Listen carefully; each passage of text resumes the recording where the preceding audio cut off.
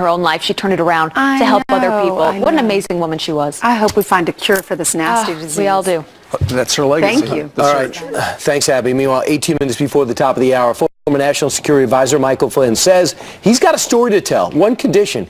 He wants immunity. Will Congress get on board? Will the FBI get on board? We're going to ask the former CIA intelligence officer, Lieutenant Colonel Tony Shaffer, next. Plus, it's a new trend among college students to violate the First Amendment rights of conservative speakers on campus. And conservative author Charles Murray just got ambushed again. You can never know what it's like. Your blood like winter freezes just like ice. And there's a cold, lonely light that shines from you. You wind up like the wreck you hide behind that mask you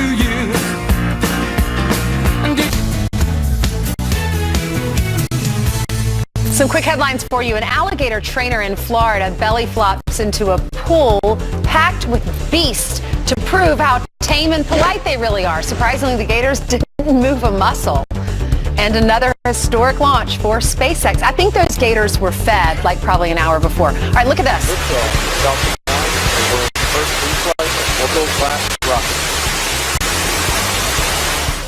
Falcon 9 blasting a recycled rocket booster into space, then bringing it back down to Earth for safe landing. That rocket already used years ago in an orbital mission by NASA. Brian took the vest off. That's why you saw him standing up in the shot. Oh, sorry. I didn't know you saw me. Get dressed, Brian. Next, Scotty Vest you'll see will be in a commercial. Meanwhile, former National Security Advisor Michael Flynn in talks apparently with House and Senate Intel committees to testify on possible ties between Russia and the Trump campaign in exchange for immunity. Apparently, reportedly made the same deal with the FBI. His attorney, writing in a statement last night, no reasonable person who has the benefit of advice from counsel would submit to questioning in such a highly politicized witch hunt environment without assurances against unfair prosecution. But would Congress grant this immunity? Here to weigh in, former CIA Intel officer, Lieutenant Colonel Tony Shaffer. Hey, Steve. Tony, I know you've talked to the Flynn family. Is that the story you've heard? That's not what I'm hearing. Again, I think you have to understand, Steve, that in this town, going after people is a blood sport. So, and let me be clear on this. You've got this is like a bad episode of Seinfeld. You've got a George Costanza-looking guy over at CNN making stuff up. You've got a bunch of Kramers out there who would gladly report Mike Flynn goes to get a flu shot, and that's translated into that he's mainlining heroin. I mean, we have to understand that there's a lot of things going on, and frankly, Mike Flynn would be stupid to not actually figure out a path forward regarding under what circumstance, who he talks to, and what he talks to regarding the issues. I don't see anything evil here. I think this is one of those things that people want to know what Mike Flynn says. As his lawyer said, he's got a story to tell. He wants basically a good path to tell the story. All right, so immunity from what, though? Well, that's the question. Again, I have not seen the documents. I haven't seen the letters which are been going back and forth. And I can tell you this, based on my experience, and look, I've been talking to you guys since 2005. If there's anything bad out there that relates to the Russians and Mike Flynn, it would already be out. Let's remember that Ms. Farkas on MSNBC today admitted to all this targeting and that sort of thing. We have to understand that if something was bad, it would have already been used. So I see this much more as the window dressing of circumstance of specific things going on behind the scenes. And look, I talked to Mike Flynn before and after he went to Russia. He went to Russia like any other intelligence officer would do to try to assess the Russians for the purposes of them being adversaries. It wasn't anything that I see that he was trying to cozy up to them. Yeah, by the way, if you read his book, he is not kind to the Russians. Right. He identifies them for what they are, and they're our nemesis around the world, like Mitt Romney spoke about. But this is what everyone was emphasizing. Right. He opened up with, he has his representative says he has a story to tell. He does. I mean, that in normal vernacular, that's no problem. But in legalese, they say that's intriguing enough to bait somebody to give you that immunity. Brian, I think there's a lot of things we don't fully understand about what happened over the last 6 months of the campaign, and in particular with Mike. And I think we have to be a little bit patient here because, again, the mainstream media will do whatever they can to either basically blow things up out of proportion or lie. So I think we do owe it to the committees and to the FBI to state exactly what their intentions are regarding Mike and what the plan is regarding his hearings. And let me look, I've had to you guys remember, the first time we met was when I had to testify into something called able danger. Right. And so this is no small thing. When you go talk about classified information, you have to lay out a clear path. You have to talk about protecting sources and methods. All these things have to be done, and you have a backdrop right now, clearly, that the information that Mike Flynn was talking about was leaked to the media, to the New York Times. So this is very complex, and I think we need to wait to see how everything plays out over the next few days. It was all about inflicting maximum damage. Maximum. And absolutely got a scalp in that case. All right, Tony, thank you very much for joining us. Thanks, guys. Thank you. And he's one of the finest military officers of our generation. Meanwhile, straight ahead, Hillary Clinton left her role as Secretary of State in 2013. So why did she and her staff still have classified information? Why was she still able to access it? Ed Henry is here. But first, President Trump. He's about to sign that law that will put your internet history up for sale. Oh, I'm going to buy Kurt's. Kurt, the cyber guys, everything you need to know about this. How much money you got?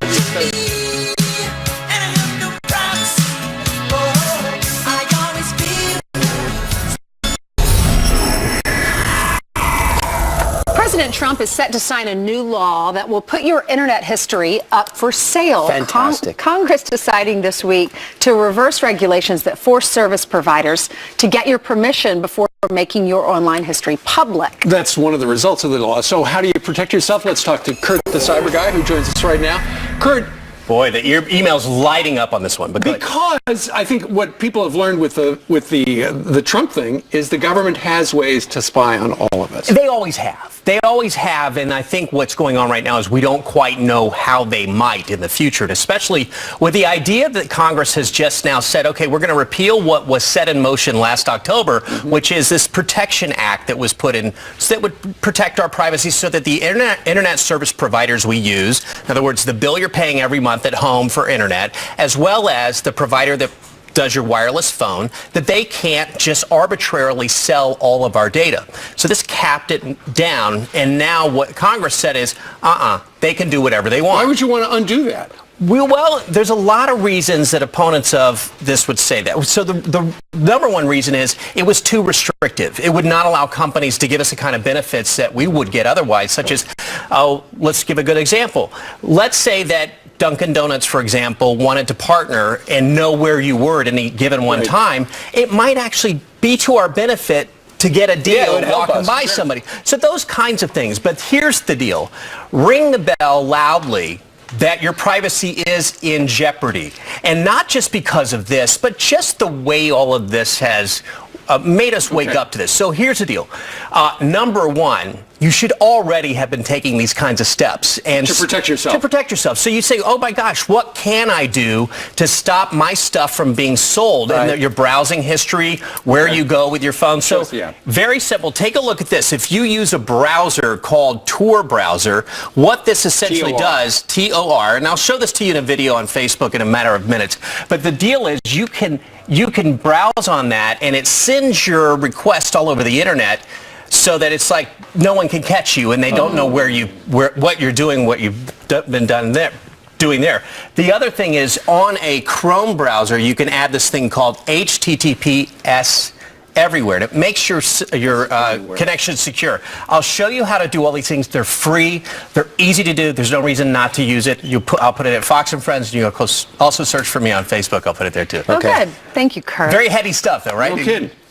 Good way to protect yourself. Interesting. All right, thanks, Kurt. Meanwhile, coming up next, we look at healthcare. Is it alive? I think there's a belief that the president has maintained that there was surveillance that occurred during the 2016 election. Ousted National Security Advisor General Michael Flynn now offering to testify if offered immunity. It's like a bad episode of Seinfeld. A bunch of Kramers out there who would gladly report Mike Flynn goes to get a flu shot, and that's translated into that he's mainlining heroin. President Donald Trump taking a swing at the Freedom Caucus on Twitter. Part of the Trump factor is being tough. He's a battle-tested CEO, and that's what people voted for. No, you're saying giving up a seat for a soldier in uniform made you want to vomit. U.S. troops need real support. They don't need symbolic gestures. Support for the troops is buying them a beer at the airport, paying for their meal, giving them a first-class seat. That's real support for the troops. That's what it is. I mean, this guy's just, he's a blowhard. I'm a guy with a man bag.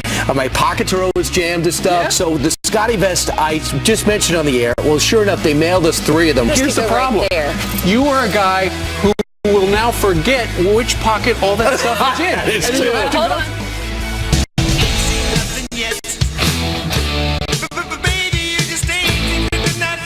And in fact, he couldn't find his phone, so he had to take off his Scotty vest and go through them pocket by pocket. I know. I feel like we're getting our little boy ready for school.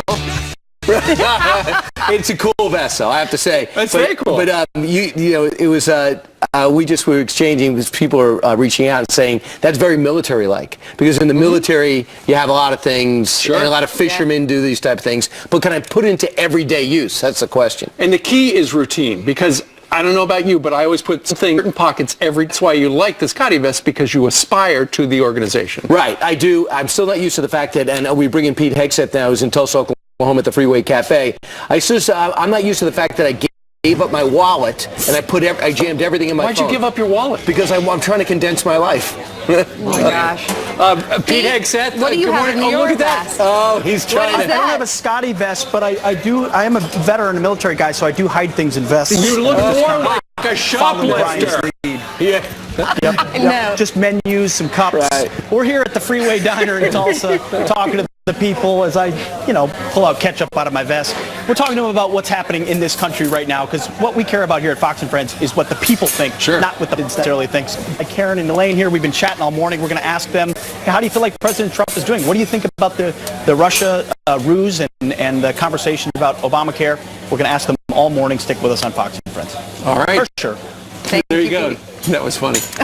All right, let's talk a little bit about what is going up. A couple of devastated goals. The White House is inviting the intel committees from the Senate and also the House as well over to the White House to take a look at exactly what Nunes saw. White House lawyer Don McGahn yesterday said there are documents that are necessary to determine whether info collected on people in the United States was mishandled and leaked, as they have said in the past. That happened at the White House. The New York Times and Washington Post have a scenario where Devin Nunes gets alerted that he has an opportunity to go see some intelligence that would aid in his investigation. So he went over to the White House, and then the next day, his wrist. And it's really maddening, absolutely relevant to find out how Devin Nunes got this information, and while still masking the name of the whistleblower.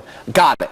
However, what I think is more interesting is the fact that more information is coming out that there might have been some surveillance of the Obama administration on the incoming Trump administration as far back as the summer. So what he found has been pushed back to how he found it. Right. People are wondering who he was talking to, who his sources are. Did they information distributed about the Trump team and their communications? I think just give us the information. Sure. Let's see if there was anything wrong. If Right. not, let's move on. If there was, then we need to find out who's responsible Sure. for this. And yesterday, the White House invited Congress over, and Adam Schiff said, you know what, as soon as I can, I'm going to come over and I'm going to take a look at what was seen there. And then the U.S. Senate is working as well, the Intel Committee, and they said, you know what, we're not going to come over. Just send it to us. We got the equipment over here. Bring it to us. Now, what's interesting, 2 names have been identified yesterday by the New York Times. Ezra Cohen Watnick, who apparently works at the NSC, National Security Council, and Michael Ellis in the White House counsel's office. They apparently helped Nunes review some of the information in the Eisenhower building on March the 21st. Sean Spicer yesterday refused to say whether or not they were the sources. They apparently are not necessarily whistleblowers. Perhaps they could simply have helped Nunes figure a way to get the information. For instance, if one of the whistleblowers worked in another part of Washington, couldn't really go over to where they worked to look at it, so they went over to the supposedly neutral ground of that. For instance, Michael Ellis, who is one of the guys who's named, he's White House counsel. He worked for Nunes on the House Oversight Committee. So maybe Nunes picked up the phone, hey, I got a whistleblower and I need to use this super secret computer to look at it. Can I come over?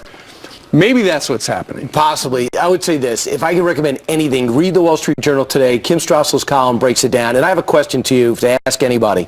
If something ever goes Donald Trump's direction in this investigation, for example, if there is no collusion and if there wasn't some surveillance of it, will they ever say it?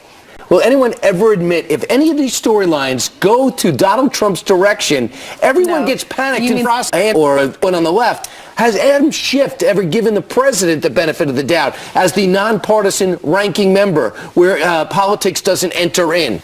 I don't know. Let us know what you think. Also, President Trump, he's not skipping a beat. He is working on health care reform. And did you see his tweets? Yeah, he is really upset with some members of the House, of the Freedom Caucus in the House, because they didn't pass repeal and replace. And this was his tweet. If Representative Mark Meadows, Jim Jordan, and Raul Labrador would get on board, we would have both great health care and massive tax cuts and reform. Wow, so this is a week after this whole thing died, and he actually was showering praise in the Freedom Caucus, saying they're friends of mine. And then he was a little bit cantankerous over the weekend with some tweets, and then he went at him hard yesterday. He said, where are Meadows? Where's Jim Jordan? Where's Raul Labrador? Hashtag repeal and replace, hashtag Obamacare. Right, and that was actually a series of tweets in the afternoon. Earlier in the day, what he did was he threatened a campaign against members of the Freedom Caucus. Urging other Republicans to run against them in 2018. Absolutely. So shortly after that, one of the congressmen in the Freedom Caucus, Congressman Amash, was walking out, and there was a camera, asked him what he thought about the president going after somebody in his own party, and he said this. Most people don't take well to being bullied. It's constructive in 5th grade.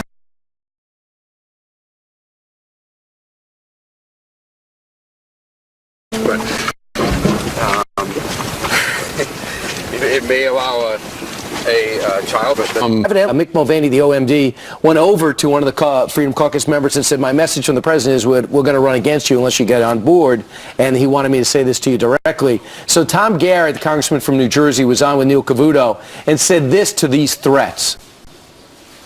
What did you think of not only the president's singling out the caucus, but Amash's and some of the other colleagues' response? What I said to the president, in essence, in the Oval Office last Wednesday was, you shouldn't treat your friends like your enemies and your enemies like your friends. And so when he tweeted last night that he might have to work against some of us in 2018, I'd like to take this opportunity to send the message to the president that I'll be working for him in 2020. Well, that's a good message.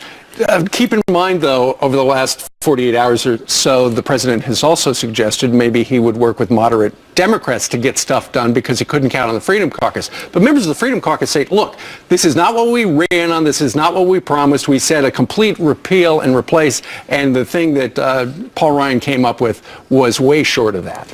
You know, it's tough because you don't want people to vote for something they don't agree with, and that's exactly what they did. But yet you want the party to be united.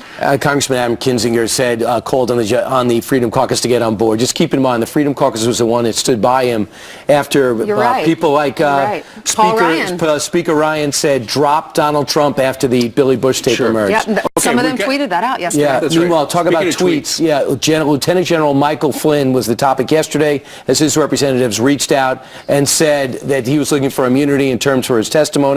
And then he tweeted this out. President Trump tweeted this out just within the last minute.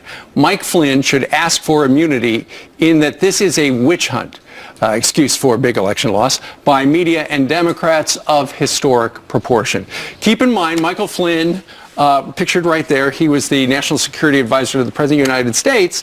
He was early on in the days of the Trump administration. He was asked, apparently by the FBI, hey, did you talk to the Russians during the transition period about sanctions? And he said, no, I don't remember doing that. And then suddenly somebody from one of the major newspapers has got the intercept between Flynn and the Russians and said, no, you said it right here. How did that newspaper wind up with this? That's really what these committees on Capitol Hill and the FBI are looking at. How did American names get unmasked and passed, perhaps illegally, perhaps feloniously, to the members of the mainstream media? And just keep in mind, if you ever meet General Flynn, he's one of the finest Americans you're ever going to meet. I'm not sure how this thing's going to play out, but he's a great person for 33 years. What he did in the military, most could only fantasize being that successful and effective. Meanwhile, Abby Huntsman, you have some good news. We do. Good morning, you guys. Good morning. Happy Friday. Happy Friday to all of you. Thanks for watching this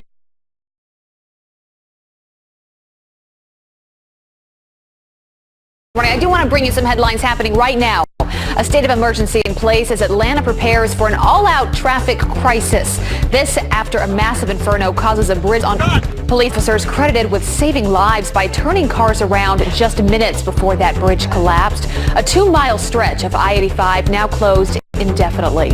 And right now, a live look. The fire is still smoldering as inspectors arrived this morning to investigate. One theory we're hearing, PVC piping may have somehow caught fire under the bridge.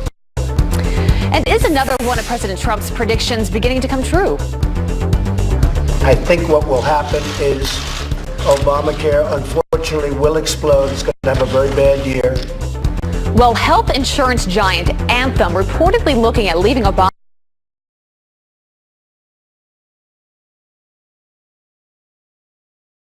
in many of the regions where it currently sells individual health plans. And if that happens, millions of Obamacare customers would be left with fewer choices to fight trade abuse. The orders will start a review to find the biggest causes of the $500 billion deficit and give U.S. agencies more power to fight trade cheating. The president taking to Twitter saying trade will be a hot topic in his meeting with China next week, saying this, quote, "We can no longer have massive trade deficits and job losses." Be interesting to see how that meeting goes with Xi Jinping of China. Yeah, it will be a week from now. He tweeted out a promo. It's not going to be an easy meeting. Yeah, we'll see. Thanks, Abby. Regarding those executive orders, we're going to have Wilbur Ross, the Secretary of Commerce, on this program less than an hour from right now.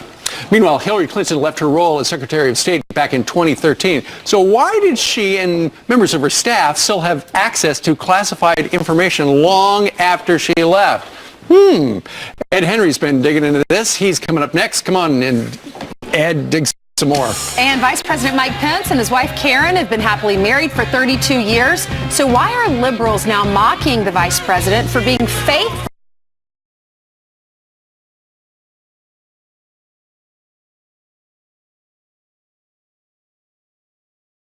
to his wife? How dare he?